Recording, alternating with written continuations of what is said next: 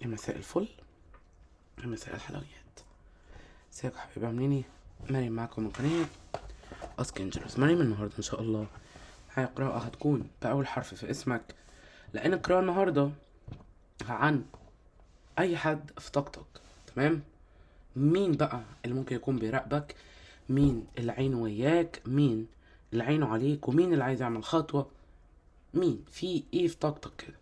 المجموعة الأولى الحجر الأحمر، المجموعة التانية الحجر الأحمر موجود يعني باين، هخليه لكن أهو. ويلا بينا كده. ماشي. المجموعة الأولى أول حرف في اسمك والحجر الأحمر: جيم لام يه ه ح ت عين ميم قاف ب شين ف خ زين. المجموعة التانية أول حرف في اسمك: واو ضاد ألف السين كاف صاد غين نون زين طه ر ظ دال ث. 1 2. يلا بينا. المجموعة الأولى أهي، والحجر الأحمر أهو هحطه هنا عشان يبقى باين. أوكي ماشي، يلا بينا كده. طبعا طاقتك بلند جوه التاروت، وهذا الشخص لو أي شخص لو في أكتر من طاقة طبعا انتوا عارفين بذكرها برضو. يلا بينا.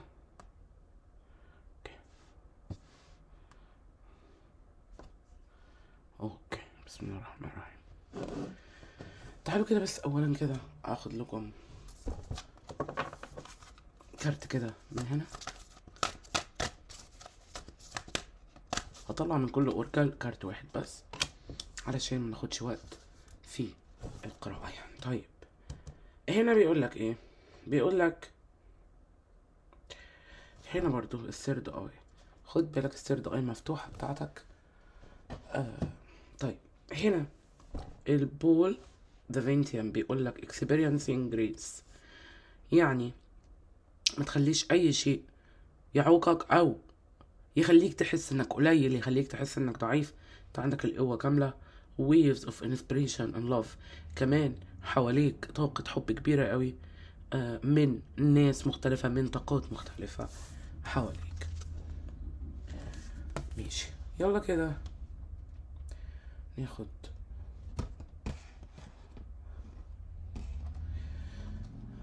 أوركان من هنا، واحد من المرماليد.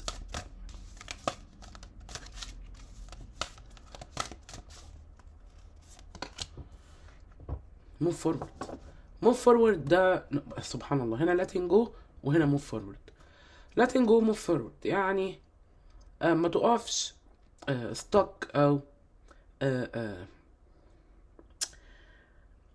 مدبوش ولازق في مكانك ومحلك سر عشان شيء ضايقك او علشان شيء ممشيش بالطريقة اللي انت عاوزها.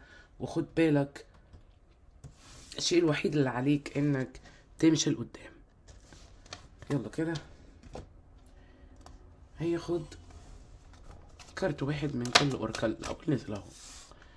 طيب هنا بيقول لك انه هذا الحب لوسيوم ولوسيوم طبعا لوسيوم هو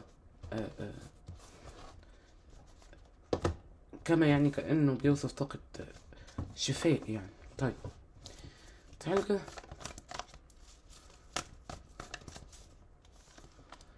I couldn't let you get close to me، وهنا بيقول لك انه ما كانش مخليك حتى تقرب منه.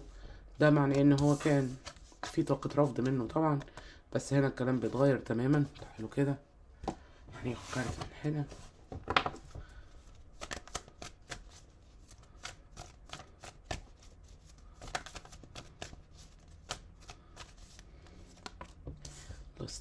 هنا بيقول لك انه يشعر بضياع من غيرك. يلا كده نبدأ بقى نشوف ايه الدنيا.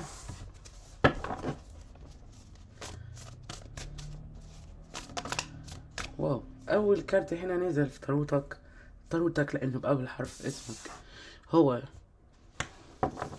وسطم بس كده اوكي اهو عشان الكارت يبان. اوكي كنت تبان من الاول. اوكي من هنا، انا عايزها من هنا كده. طيب يلا بينا. اول كارت هو النايت اوف كابس. من اول كارت في حد في طريقك، معرفش انت هتحسبه ومن اول كارت ومن قبل ما نزل كروت الباقي، معرفش ان انت هتحسب هذا الشخص واقف في طريقك بيحاول انه يعطلك، ولا بيحاول انه يبدأ بداية جديدة. نايت اوف كابس هنا ليه معنى، لا هو بيحاول يقرب منك. بالنسبة لي انا شايف ان هو بيحاول يقرب منك، بالنسبة لك انت هتشوفه بيحاول انه يوقفك في طريقك. انا معرفش ليه. ايت اوف سورد هنا نايت اوف كابس الورلد ايت اوف سورد. انت مش راضي في حاجة في طاقتك، ما هياش راضية عن الشخص ده دلوقتي، في شيء ما فيهوش رضا عن الشخص دوت في طاقتك، كأنك بتقول لي والله العظيم انا عاوزه يقرب مني. ده طبعا ملوش علاقة بيه، هو حاجة تانية. يعني هو هنا انا شايفاه حد بيخطط انه يقرب. انت عندك النايت اوف كابس، وقبل ما ينزل الكارتين دول، يعني قبل كمان ما ينزل الورلد، قلت لك خد بالك في حد بيحاول يقرب. انت هتشوف انه عايز يعطلك، بس انا شايفه من خلال التاروت انه عاوز، خلينا اقولها بمختصر الكلام كلمتين كده، عاوز بداية جديدة. هنا 7 اوف وانز، اوكي اهو. هنا التو اوف كاب، يعني انت كمان عاوز الساكسفون. الايس اوف كاب ده بقى اللي انت بتحاول تقوله لي دلوقتي، القمر. انت هنا بتقول لي انا عاوز بداية جديدة.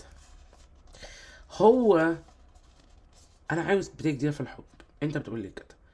هو لا، هو عاوز بداية جديدة بس مش بداية جديدة بيني انا وهو في الحب. انا مش فاهماك، مش فاهمة طاقتك قوي لسه، بس اللي انا قادرة اني الاحظه هو في ريزيستنج، يعني في نوع من انواع المقاومة في طاقتك لهذا الشخص. ايه السبب في كده؟ اكيد انت عندك اسباب بدل السبب 100، ولكن انا مش قادرة اشوفه. بس كل اللي انا قادرة اشوفه ان في هنا طاقة مشاعر متبادلة، سميها طاقة حب متبادلة، طاقة اعجاب متبادلة، طاقة مشاعر، سميها زي ما انت عاوز تسميها.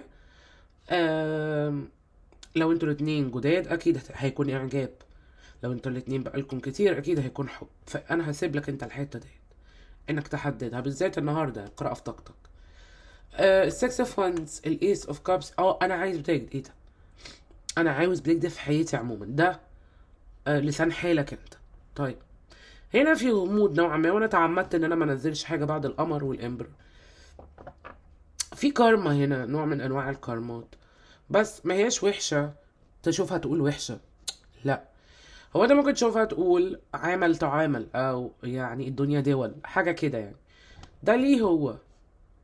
طيب يعني هو لو قدامك دلوقتي انت مش هتشوف الكارما على وشه يعني، لا، هو انت هتشوفها في البيهيفير، في سلوكه، في اسلوبه، في طريقة التعامل.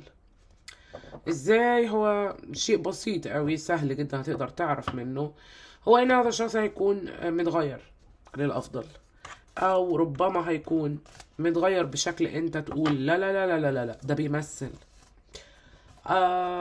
انك تمشي بالشكل دوت من علاقة انت حابب اوي الشخص اللي فيها، او فعلا في حب كبير منك للشخص اللي فيها.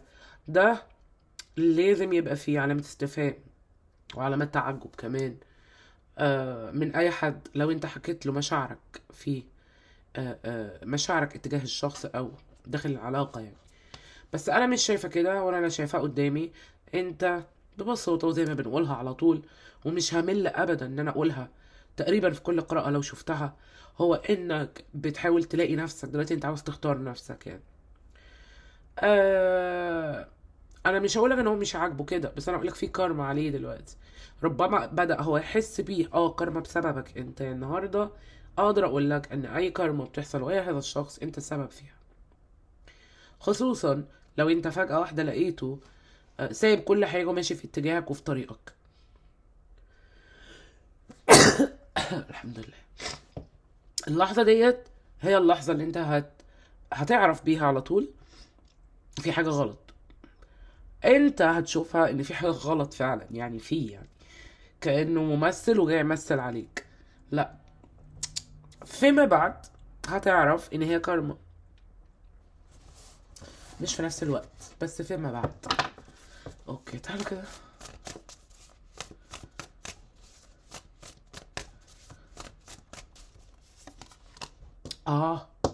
قلتش حاجة انا؟ لا ما قلتش، ده انا قلت كتير كمان. الدبل التاني في بنتكال. اوكي فهمت. كان عاوز عارفين يعني، انا هقولها لك وانت هتفسرها. انت ممكن تمصمص شفايفك، ممكن فجأة واحدة تلاقي نفسك بتقول هكذا. عرفت ايه اللي مشاك، او عرفت ايه اللي خلاك هنا في الحتة ديت عاوز تمشي كده؟ انه هذا الشخص كان عاوز ياكلك لحم ويرميك عظم. عارفين انتوا المثل اللي بيقول كده؟ مش عارفه ليه حساك في لحظه من اللحظات بعت حبك. يعني انت في لحظه من اللحظات دخلت مشاعرك كلها جوه قلبك وقفلت عليه. وانا بسمي دوت انك كانك بالظبط دوست على قلبك يعني. اللحظه اللي انت عملت فيها كده اعتقد كان هو عارف او متاكد يعني ان خلاص العلاقه بدأ فيها مرحله خطر. مرحله خطر اللي بدأت فيها العلاقه هو انك كنت حابب او تكون فول، كنت حابب اكون سعيد. يعني هذا الشخص هو بيسألني دلوقتي انت مالك، ايه اللي مغيرك، او الشخص ده ماله، هو بيتعامل معايا كده ليه، او هو ليه اتغير، هو ليه انا حاسس ان انا مع بني ادم مختلف.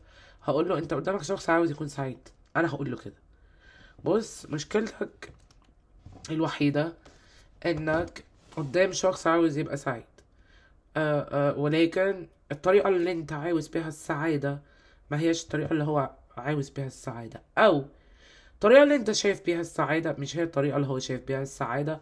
انا هقول له كده. العجيبة واللي مضايقني شوية ان هذا الشخص حتى هذه اللحظة هو لسه محور اهتمامك. يعني هو لسه لحد دلوقتي شخص مهم جدا بالنسبة لك، لدرجة انك هتبص على الاشخاص اللي حواليك اللي هم ممكن يبقوا معجبين بيك قوي وعاوزين يقربوا قوي ومش هيبقوا فارقين معاك لحد هذه اللحظة. لو مؤاخذة بس لحظة واحدة كده.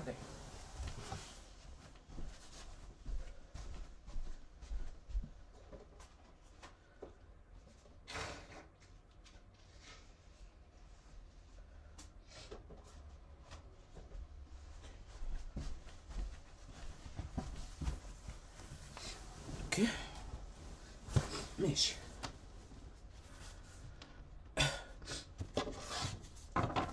يلا كده. اذا الفرق دلوقتي بينك انت وهذا الشخص، انت حد عاوز تكون سعيد بتدور على سعادة معاك، سوري معاه مش معاه. انت عايز تكون سعيد اوكي. هو سعادته سعادته مش شكل سعادتك. اوكي بالظبط. بص بقى، سبحان الله، ده اللي انت منفذت، ده اللي انت بتجذبه دلوقتي. اوكي واو. اوكي اذا انت كنت متوقع انه مش هقول متوقع، انا هقول متخيل. مش هقول بتكذب على نفسك لان انت بني ادم، مكنتش تعرف انه ده هيحصل اللي انا هقوله دلوقتي، ولكنه حصل. فانت ايه بايدك؟ انت زي اي بني ادم. انت عارفين الرسالة اللي بتقولك يجوز ذا فلو، اللي انت مشيت مع الموجة مش ما مشيتش ضدها. انت عملت كده في العلاقة دي، وعلى فكرة انت عملت كده مش بلوي الدراع، انت عملت كده لانك حبيت هذا الشخص. طيب انت كنت فاكر انه لان انتوا الاتنين كانت طاقتكم متناغمة جدا جدا. على فكرة فريكونسي او تناغم في طاقتكم لحد هذه اللحظة موجود، ولكن في المشاعر مش على ارض الواقع. اللحظة اللي انت حسيت فيها بتناغم في المشاعر ما بينك انت وهو، قلت اكيد العلاقة هتتطور، ومشيت مع هذه النغمة بان العلاقة في لحظة من اللحظات هتتطور للافضل اكيد. ادام في تناغم في المشاعر، وكلامك ما كانش غلط. وعلى فكرة اللي انت عملته برضه ما كانش غلط، انك كنت مستني اللحظة المناسبة عشان العلاقة تكبر. طيب ده ما حصلش. اللحظة اللي ده ما حصلش فيها بدأت انت تدور على مكان تاني. طيب بدأت تدور على مكان تاني، بدأت تدور على شيء يسعدك. وعلى فكرة والله العظيم لكتير منكم هنا الشيء اللي يسعدك اللي انت بدأت تدور عليه ما هوش اشخاص، لا لكتير منكم هنا الفول جنب التري اوف كابس جنب بالذات الناين اوف بنتكلز ادتني احساس بانك حد عاوز تكون سعيد، وانه خليني اقول الحقيقة برضو. طيب مع اني انا ما كنتش عايزه اقول كده بس هقول لك، ما كنتش عايزه اقول يعني بس هقول الحقيقة. عارف لما يكون معاك حد الشهوات بتاعته مثلا ايا كانت، خليني اقول انتوا الاتنين في علاقة عاطفية، فممكن الحميمية حتى الكلام الاسلوب الطريق كل حاجة منه متوجهة على شيء معين فيك او ناحيتك، صح؟ طيب خلينا اقول انت مش كده، انت عكسه تماما. يعني انت هنا ممكن اللي يحركك ويحرك غرائزك هو آه طاقة التناغم اللي كانت متواجدة ما بينك انت وهو من الاول. مع كتر المشاكل حاسة ان انت اتغيرت حتى في الحتة ديت.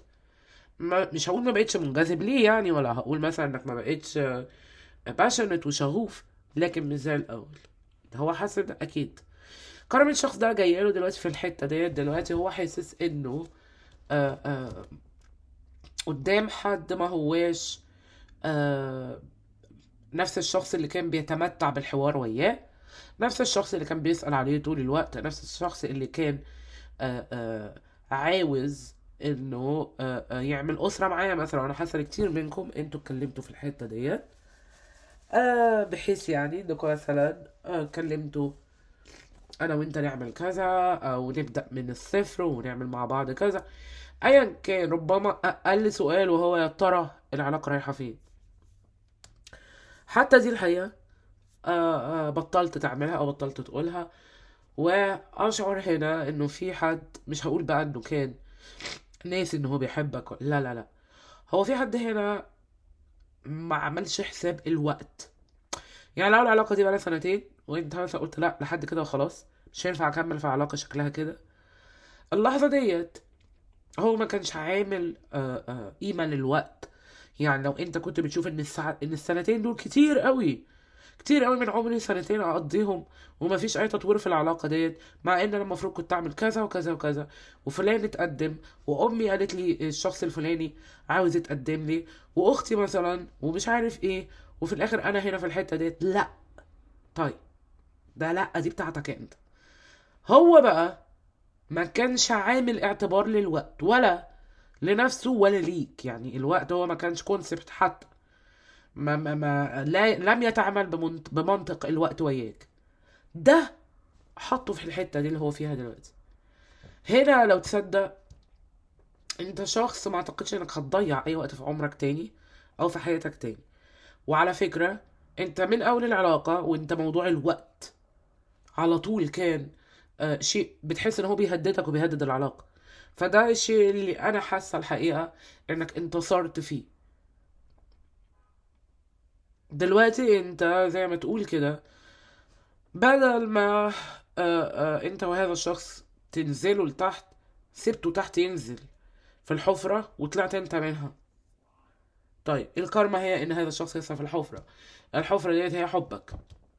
وهي غريبة شوية الحتة دي بالنسبة لي انا دلوقتي، لكن ما ينفعش ان انتوا الاتنين تكونوا انفولف وداخلين في العلاقة بالشكل الكبير دوت و ما يبقاش الشخص دوت بالمشاعر دي كلها لحد دلوقتي. لازم، ده كان لازم يحصل من زمان يعني. هل انت بدأت تحس بده؟ طيب هل عارف ان هو بيراقب؟ ما اعرفش الحقيقة انت عارف ولا لأ، بس هنا انتوا الاتنين ما بتتكلموش، هذا الشخص مراقبك بقاله فترة على امل انه يقرب بالشكل دوت، ومش متوقع منك ريجكشن او رفض، هو مش متوقع منك.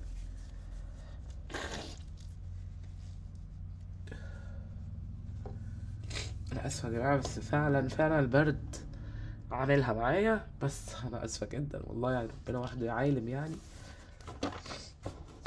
طيب سامحوني جدا، القراءة النهاردة تكون ناقصة 10 دقايق، البرد عاملها معايا. طيب بس اتمنى ان صوتي يكون وصل لكم يعني النهارده. مش عارف البرد زايد النهارده والله، يعني لا حول الله، ما اعرفش الحقيقة. طيب يلا كده هزود بس شوية كده اهو. صح. طيب تعالوا كده حبة بس، لحظة كده بس، لحظة بس هبص على طاقة الشخص ده، لحظة واحدة بس. عاوز انه يقرب. طب دلوقتي انا قطعت الشك باليقين في الحتة دي، انا انزل كارتين كمان. هي الشخص عايز يقرب منك، انا معرفش طبيعة العلاقة ديت، بس دلوقتي اقدر اقول لك انه الشخص اللي يتراجع وبعد كده يبقى عاوز يقرب بالشكل ده، العلاقة دي ممكن بقالها اكتر من سنة، ده اقل حاجة. عايز يقرب منك.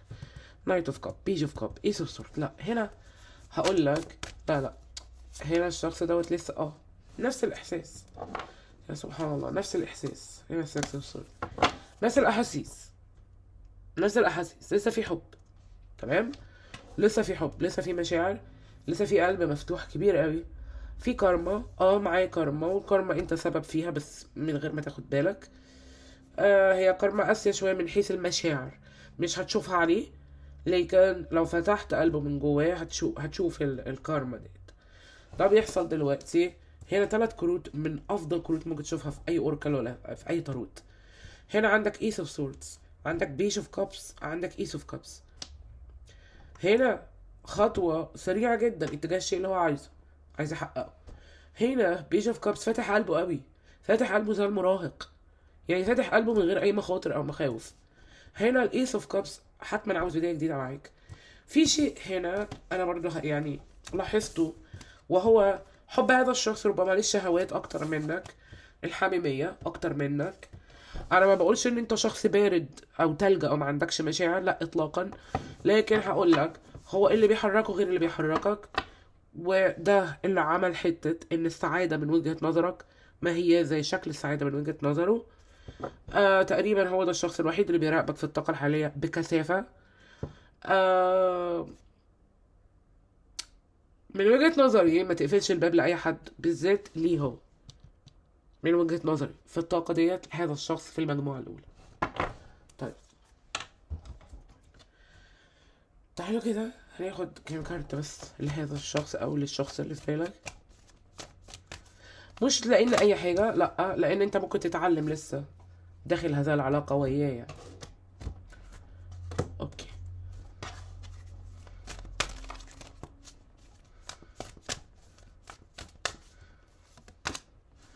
ماشي. هنا بيقول لك انه من الصعب ان هو يبان، او هو مش موجود دلوقتي، او لسه انت ما شفتوش او لسه ما ظهرش. وبيقول لك انه ان انت مهم جدا بالنسبه له، بس هو مش قادر يظهر دلوقتي. هنا بيقول لك playing games، بيقول لك انه اختفائه او صمته او الطريقه اللي هو بيتعامل وياك بيها، هو بيعمل كده عشان يلفت انتباهك بس. اوكي خد له كارت هنا.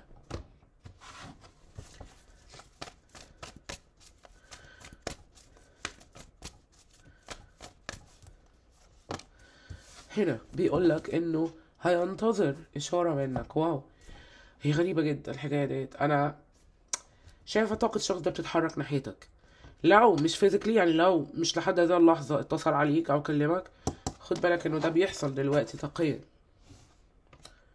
طيب تعالوا كده ناخد لكم كارتين من الاوركل، هاخد لكم كارت وكارت برضو.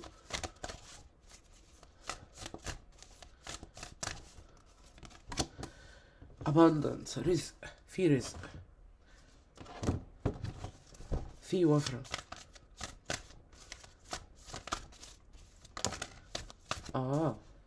الكرشانة بيقولك الديفوشن هو الحب، المشاعر. وبيقولك هنا الحقيقة trust your spiritual guidance. طيب ثق في مرشدينك الروحانيين، where your commitment has been recognized. طيب كمان الطريقة اللي انت بتتعامل بيها، الطريقة اللي انت بتتعلم بيها دروسك، يعني مراقبة، وكأن يعني ربنا مخلي جنبك الملايكة ياخدوا بالهم من أعمالك كلها. حاسة ان ده في الطاقة ديت. طيب you are loved unconditionally. سبحان الله. هنا بيأكدوا لك انك محبوب من غير اي حدود. طبعا بشكر المجموعة الاولى جدا، سامحوني على ال5 دقايق التقصير النهاردة في القراءة، وبإذن واحد أحد أعوضها لكم بكرة بإذن الله. وانتوا عارفين احنا يعني دايما يوم السبت بنعمل مشاعر الشخص ده في الطاقة ديت، نعملها بإذن الله بكرة. ونخلينا بقى الجمعة خفيف شوية. اوكي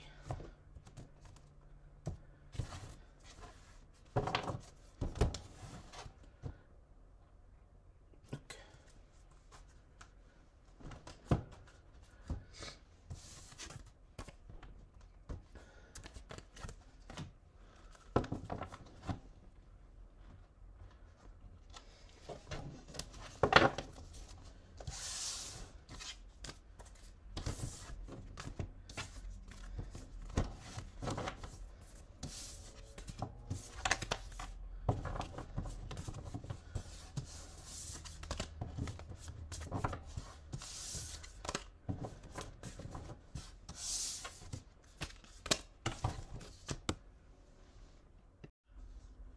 يلا بينا كده. المجموعة التانية اهي، وأول حرف من اسمك طاقة الأشخاص اللي حواليك كده. شوف كده ايه الدنيا.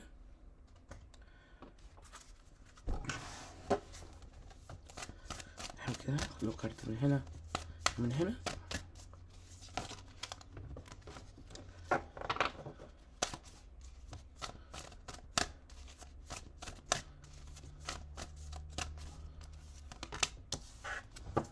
اللورد جانش بيقول لك infinite abundant، في هنا رزق كبير جدا ليك.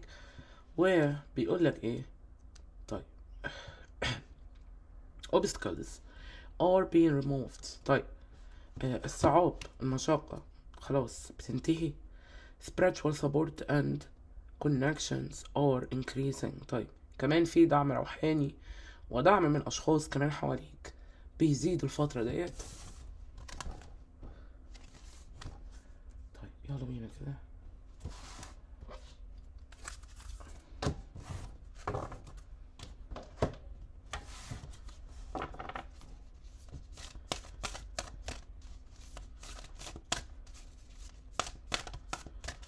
اوكي مرمريد contemplation. طيب لو في حاجة في دماغك كنا تحمد ربنا. طيب لو في حاجة في دماغك عاوز تعملها، تتساءل عنها، اعمل ايه، اعملها ازاي، امشي ازاي، اتحرك ازاي، اعتقد انت محتاج نوع من انواع التأملات اللي يساعدك في الطريق وانت بتعمل الشيء ده وانت بتشتغل عليه.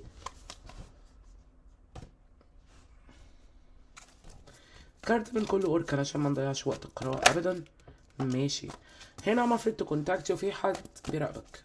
بصوا الكارت ده لازم تعرف ان في حد بيراقبك، يعني معروفة يعني. طيب هنا بيقول لك المفروض تكونتاكت وانا خايف اني اتواصل وياك. ماشي تعالوا كده ناخد له كارت من هنا. طقطق على الشخص. If I ever put off my mask my love for you is unconditional. حبي ليك ملوش نهاية. وهنا الحياة مش endless، لا unconditional، يعني مفيش اي benefit منه يعني. طيب هنا بيقولك لو انا شلت الماسك اللي انا حاطه دوت وظهرت على حقيقتي، هل هتتقبل حقيقتي؟ طيب you are smart. هنا في حد عاوز يتواصل وياك، في حد عاوز يتكلم معاك، عاوز يقيم حوار وياك. هي دي الكروت اللي نزلت. يلا كده نبدأ قراءتنا. وعايزة أعرف بقى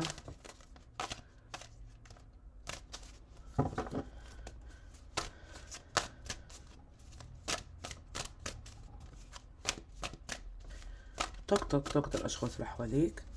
مين ممكن يكون مراقبك، مين بيبص عليك. 6 of cups، حد بيحبك. أعتقد أول كارت كده نزل حد مهتم اوي. اعتقد الاهتمام ده جاي من الحب. هنا كوين اوف بنتكلز، تاني كارت. اوكي، الشخص ده انت ممكن تكون كنت بتشتغل معاه، لسه انتوا الاتنين بتشتغلوا مع بعض، او كنت بتشتغل ومشيت وبعد كده رجعت، او مشيت، او انتوا الاتنين قريبين من بعض بشكل او بالتاني يعني. طيب ثم هنا في تمبرنس. في حد هنا الصبر مزهقه يعني شوية. مش انت، هو. حاسة كده ان في، عارف انت لما حد يكون متوتر قوي وهو مراقب حد او متضايق، او كأنه مثلا آه، زي في الافلام كده الكرتون، يعني تلاقي تحس في دخان بيطلع من ودانه. انا حاسه بكده. انا حاسه ان في حد دلوقتي ما هوش حابب انه يراقبك، بس للعلم في اكتر من شخص حواليك. طيب ما حسيك عارف ده او حاسس بده يعني. طيب تعالوا كده.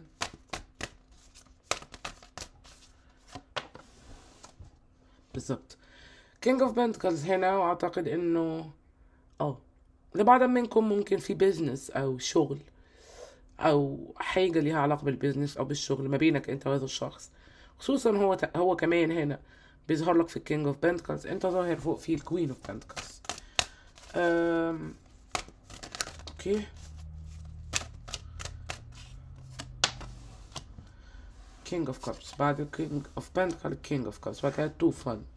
في اكتر من شخص حواليك زي ما انا ذكرت. ماشي، هنا حطينا في صورة جنب التو اوف وان بعديها ماشي. في اكتر من شخص حواليك. حساك واثق من نفسك اوي في الطاقة ديت، وكأنك بتقول لي انا بقيت غير زمان، انا دلوقتي بقى عندي ثقة في نفسي اكتر.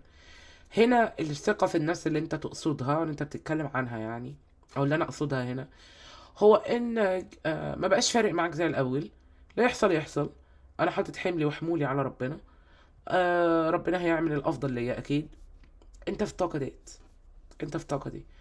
هو بقى في طاقة، هو ستريس قوي فيها، متوتر قوي فيها، مخنوق، مش عارف انه يتقدم يعني، يقرب ولا يبعد. حاسه هنا انه بقالكوا في فتره انت والشخص دوت ما بتتكلموش مثلا في التليفون كتير، او ما بتعملوش شات مع بعض كتير، حاجه كده حاجه كده. في اشياء تقريبا اختفت في العلاقه ديت. ممكن تكون العلاقه مستمره لحد دلوقتي، انتوا ممكن تكونوا متجوزين، بس المشكله ان في حاجات اختفت ما بقتش موجوده، وده مضايقك، ده محسسك بنوع من انواع الهزيمه يعني. دي تعتبر هزيمه لينا في العلاقه، حاجه زي كده يعني. ولكن انت ماشي قدام ولا كأن حاجه فارقه معاك. وهنا بقى اللي عايز اقول لك، الحته اللي فيها ثقه بالنفس، دي ثقه بالنفس. طيب تعالوا كده.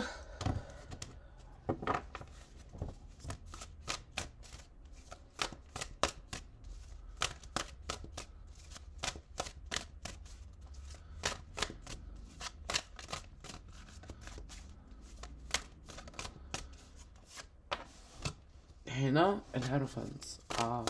شوف، انت من النوع اللي هو انا مستغرب شويه حاجه هنا.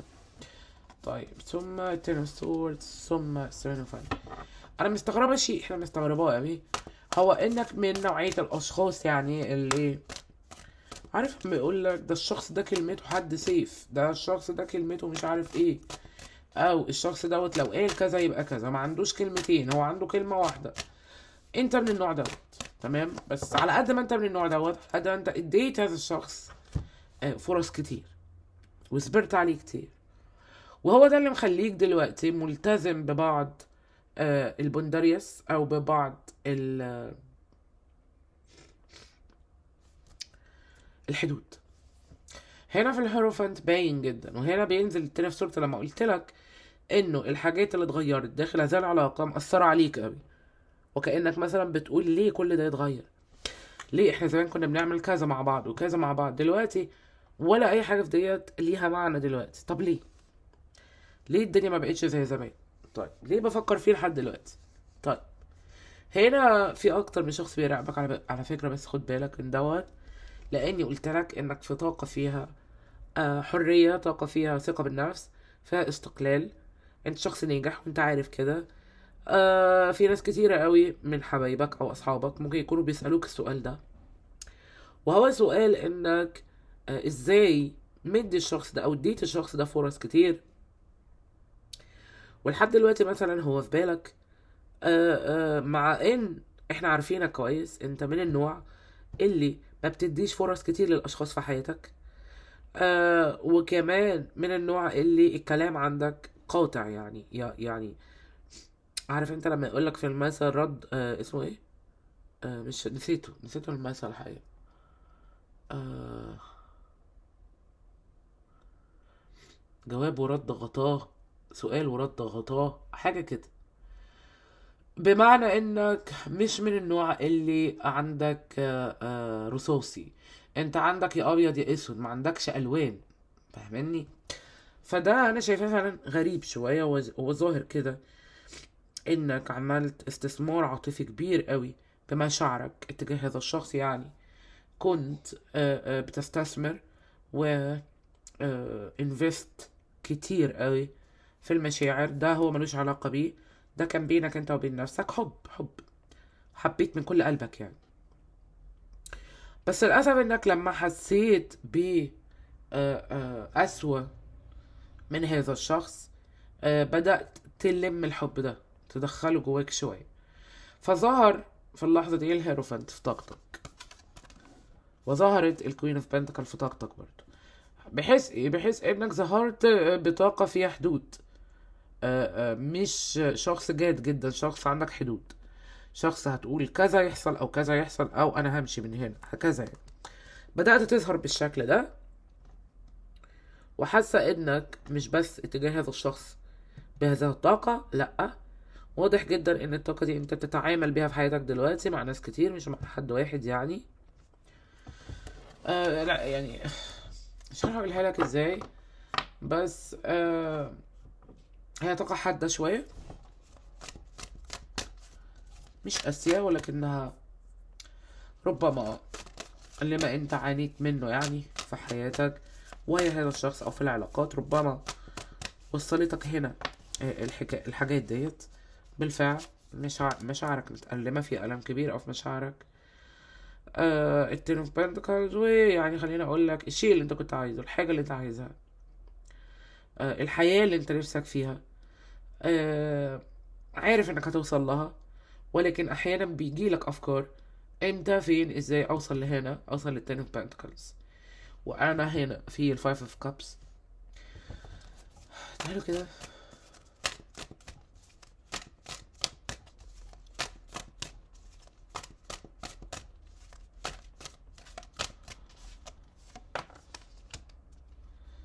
لا انت هنا عايز هيلين، اوكي، انت محتاج هيلين، انت محتاج استشفاء كبير.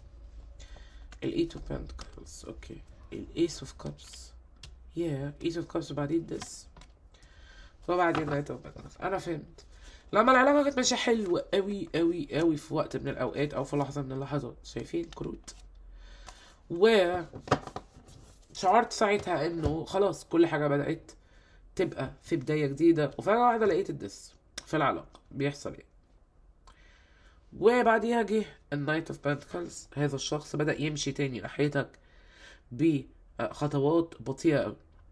هنا اقدر اقول لك انت زهقت وحسيت انك بتلف في دوامة، يعني انت فجأة واحدة حسيت ان هذا الشخص موديك لنفس المكان اللي كانت فيه العلاقة في وقت من الاوقات. ده اللي انت عايزه، عايز تخرج من دوت، بس مش عارف ازاي. انت عندك افكار انك ازاي اخرج من ده، بس الافكار بتاعتك فيها انا محتاج شخص جديد، او محتاج حد يحسسني ان لسه في حاجة اسمها حب، محتاج حد يحسسني ان لسه في الدنيا امان، حنان، ناس ممكن ان هي تبني سوا في العلاقة. لان هنا في اسوأ حصلت من هذا الشخص اتجاهك. انا دلوقتي ما بقتش اتساءل ليه هذا الشخص منتظر في طاقته، انا بدأت افهم الطريقة اللي هذا الشخص منتظر بيها في طاقته، هو لانه خايف، في خوف منك انت ومن طاقتك انت، لان طاقتك بالنسبة له قوية تخوف آه من اللي هو عمله وياك. طيب تعالوا كده،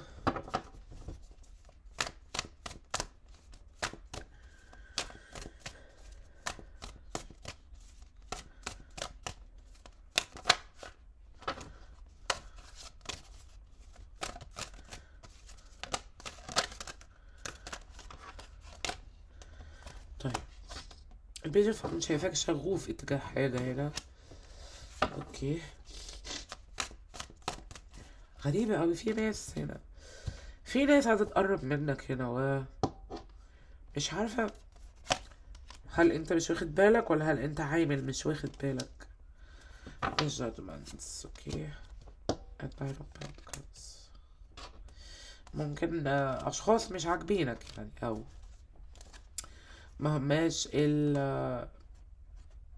الحد اللي انت تحس انك عايزه. الديفل قبل السكسفايد وبعدين الفول، 3 سيوف. اوه 3 سيوف كان بالكينج اوف سورد. هنا في شيء انت بتعمله اتجاه الشخص ده بيضايقه بل بيوجعه يعني، وكأن هنا في حد بيقول انا مش هسكت على حقي. انا حسيت بالذات في الكارتين دول بالذات، هتكلم عن دول بس هنا بالذات حسيت بتقول انا مستني، انا في حاجه انا مستنيها، انا معرفش ايه بالظبط اللي انت مستنيه. انت مستنيه دلوقتي، عرفت انت مستني الشخص ده يرجع تاني، او مستني الشخص ده يحاول يقرب منك تاني. انت مستني اللحظه اللي هو يحاول يقرب منك فيها تاني علشان معرفش عشان ايه، بس انا هنا مستعجبه شويه. انا شايفه حب كبير في قلبك اتجاهه، وفي نفس الوقت شايفه وجع كبير وألم. فانت هتستخدم ايه فيهم لما تواجه الشخص ده؟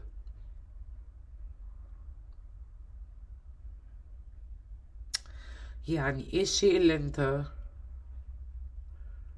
هتعمله؟ يعني ايه الحاجة اللي انت هتخش عليها؟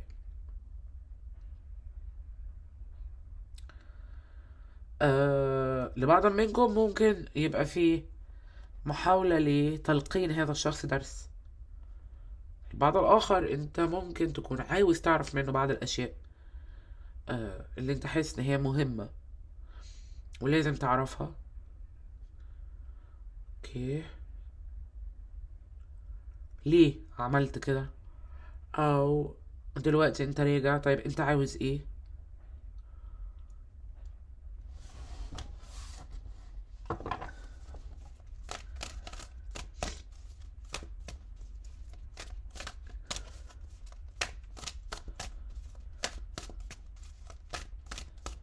اوكي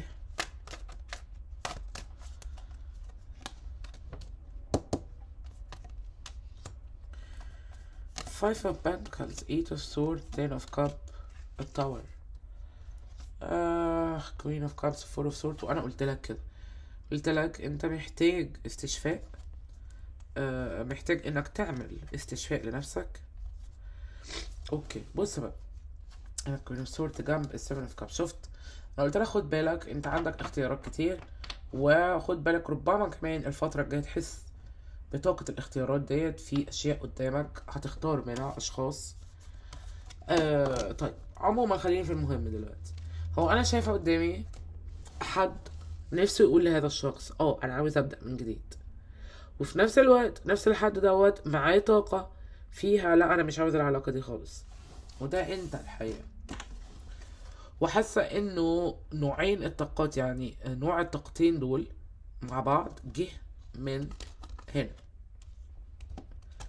الفراق اللي حصل في العلاقه، والسبريشن اللي كان مزعلك او ضايقك جدا، والخنقه اللي انت حسيت بيها فيما بعد. وطبعا الموضوع ضايقك جدا ساعتها وما كنتش عارف تعمل ايه ولا تروح فين ولا تيجي منين. طيب ده حطك دلوقتي في نوعين من المشاعر. مشاعرك دلوقتي بقت متقسمة، فيها انقسام. جزء فيه حب كبير قوي ومشاعر وود حنان، الجزء التاني فيه ألم، فيه اللي هذا الشخص سابك فيه واللي خلاك تعاني منه. ده جنب ده بيقول لي انت ممكن تبقى متلخبط في طاقتك يعني، وانتوا الاتنين بتواجهوا بعض لان هيبقى في مواجهة، في كلام هنا ومواجهة. هتبقى حاسس انك لا انا عاوز اتكلم بالشكل ده، او انا عاوز اقول كذا وعاوز اعمل كذا، وفعلا ممكن تقول كلمة حلوة او تفكروا بحاجة كويسة في العلاقة، وبعد كده تقوم اي حاجة تفكروا بالوجع اللي هو حطك فيه. فاعتقد هنا ده هيبقى فيه ميكس في الطاقة. معرفش الحقيقة هو ممكن هيتقبله ولا لا، او معرفش كمان الحقيقة اذا كان هو بدأ يحس بده ولا لا. انا مستعجبة جدا ان انت هنا وانت بطبيعتك لوحدك من غيره، او لما بتبقى مش بتفكر فيه اطلاقا بتبقى في طاقة اتزان كبيرة، او حتى في طريقة تفكيرك بيبقى في طاقة اتزان كبيرة اوي. عشان كده انا مكنتش عايز افسر الكارتين دول الا لما افهم طاقة الاتزان دي كانت جاية لك من ايه، لان انا لقيتك هنا طاقة اتزان كبيرة اوي. فكنت عايز اعرف ايه سببها، ايه ممكن يكون سبب هذا الاتزان. وفجأة واحدة الحقيقة بدأت اعرفه هنا. سبب هذا الاتزان هو انت لما بتكون بعيد بتحس ان هذا الشخص بعيد، يعني بتحس ان المشاكل بعيد، فبيبدأ عندك هي طاقة الاتزان دي بتبدأ معاك، وبتحس ساعتها انك تملك الدنيا. اول ما بتيجي تفكر فيه تاني وبيبدأ هو يقرب تاني، بتبدأ انت مرة تانية اعمل ايه مع هذا الشخص والقينه الدرس ازاي.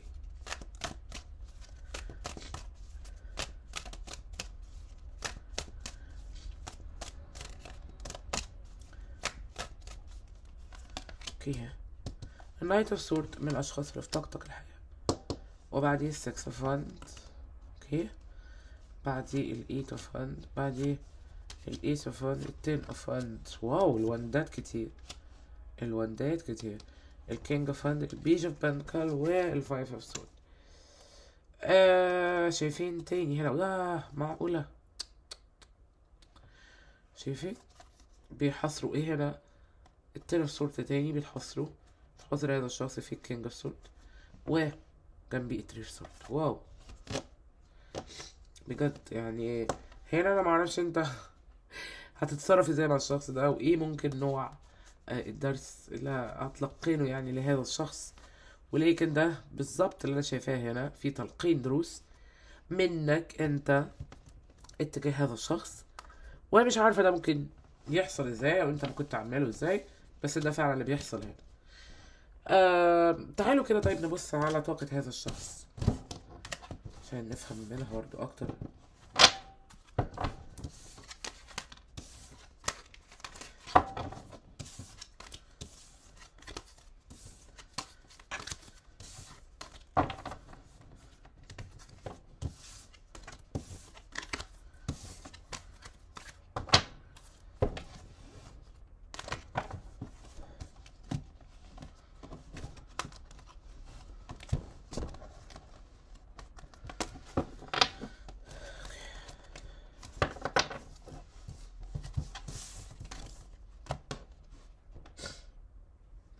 هاخد 3 كروت برضو من هنا.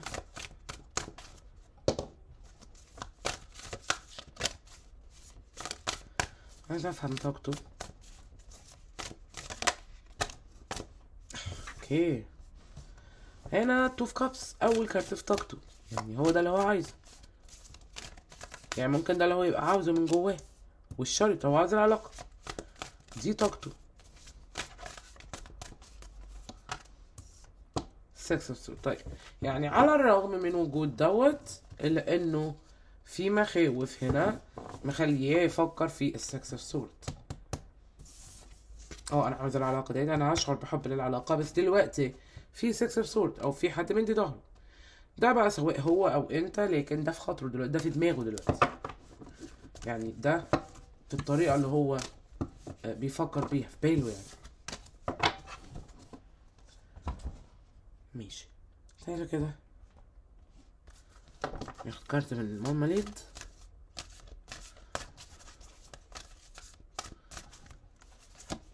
هنا feelings، أحاسيس.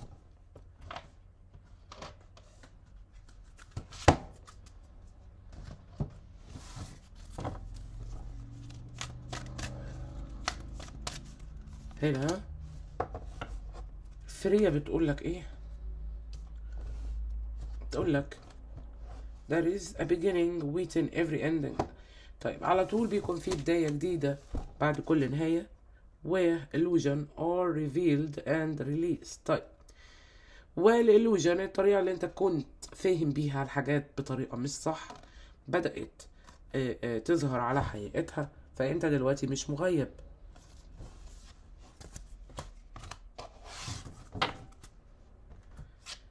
تعالوا كده.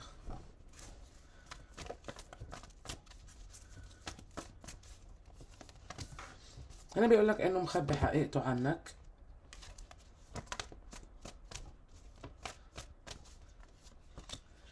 هنا بيقولك have my kids، او انه يعني شايفك انك هتكون اب او ام كويسين جدا لاولاده.